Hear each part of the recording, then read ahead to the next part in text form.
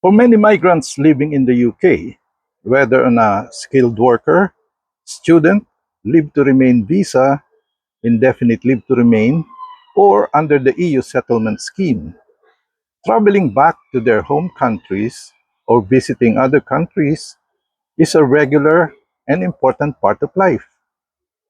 But now, if you're planning to leave the UK even temporarily, there's one thing you must not forget, aside from your passport, luggage, and spending money. It is your UK immigration share code for travel.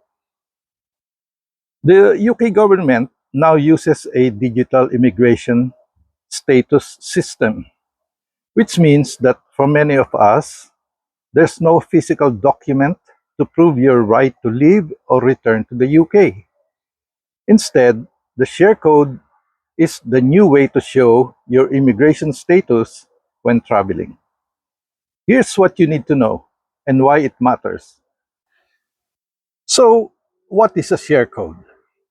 A share code is a secure, temporary digital code that lets you prove your UK immigration status online. It's issued by the Home Office through their View and Prove Your Immigration Status system. With this code, airlines, border officials, employers, and even landlords can check that you have the legal right to stay, work, or to exit and re enter the UK. Think of it like a digital proof of your visa or residency, especially important when you're traveling. There are different share codes to show your right to work, right to rent, accommodation, and so on. For travel, it has to be a specific share code for travel. Why is it important for migrant travelers to re enter the UK without trouble? Whether you're visiting family in the home country or going on holiday to Europe or elsewhere, the share code can help confirm your legal status at the UK border when you return. Without it, you could face delays or questioning by immigration officers, denied boarding by airlines unfamiliar with the UK immigration rules, stressful situations if your visa is digital or your e-visa is not recognized. Most migrants now have digital status. Many foreign nationals in the UK now hold skilled worker or student visas, digital records, pre-settled or settled status under the EU settlement scheme, leave to remain as spouse or dependent, and indefinite leave to remain with no physical biometric residence permit or BRP. These statuses are mostly managed online. This means you may not have a physical visa or residence card to show. The share code is your proof.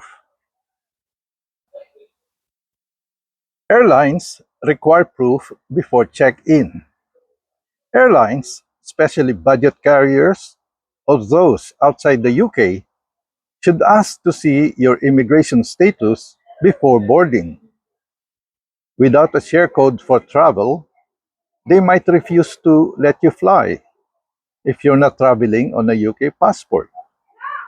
A client of mine, Ramil Osorio, not his real name, went back home for a holiday recently and came back a week ago. Although he had his e-visa with him and his previous biometric residence permit or BRP, the people at the airport gave him a hard time as he did not have a ready share code to show. He apparently tried to call me on WhatsApp, but since it was very early in the morning, I did not hear the phone ringing. The attendant took pity on him and helped him to access it, but he was held up for a while at the airport. At the UK border, though, he did not have any problem coming in at all.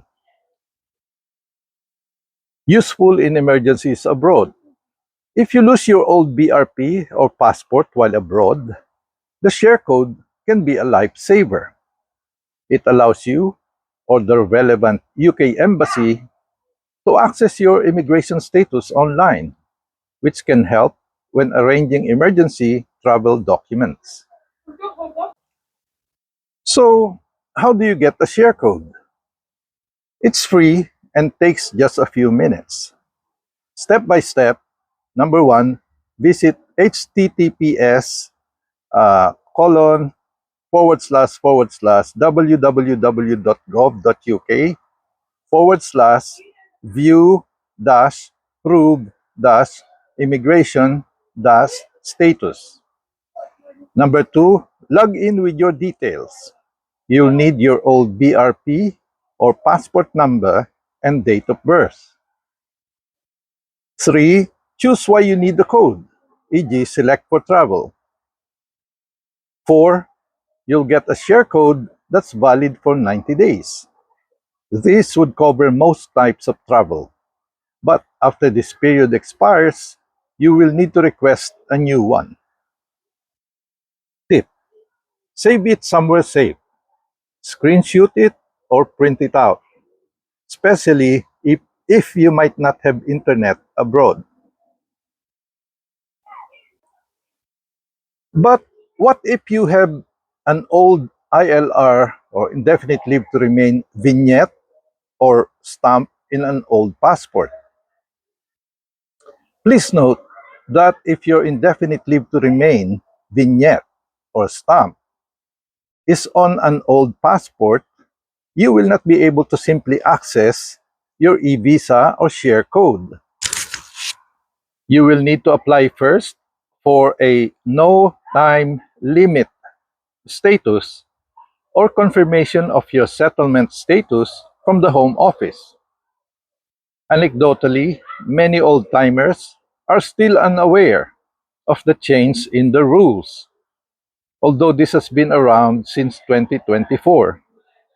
Please kindly spread the word around. Real talk. Don't wait until you're at the airport. Too many travelers apparently forget about the share code until they're already at the airport, or worse, when trying to return to the United Kingdom. Do not let this small step cause big problems. Anyone with a UKVI account can access their e-visa and create a share code, so long as they have access to a computer or laptop. Before your flight, check passport, visa or BRP, return ticket, and most importantly, your share code for travel. In summary, the UK immigration system is now mostly digital, which means having a share code is just as important as carrying your passport. Whether you're heading home to the home country for a family visit, attending a special occasion, or taking a much needed vacation, make sure you are fully prepared. As migrants in the UK, we have worked hard to build our lives here. Do not let travel issues put your status at risk. Please note, by the way, that all this does not affect those who are already British citizens. If you need help generating your share code, or if you are not sure what status you have, please visit the Government UK website, as stated earlier, or speak to a licensed immigration advisor. Thank you. This is Jean Alcantara, London.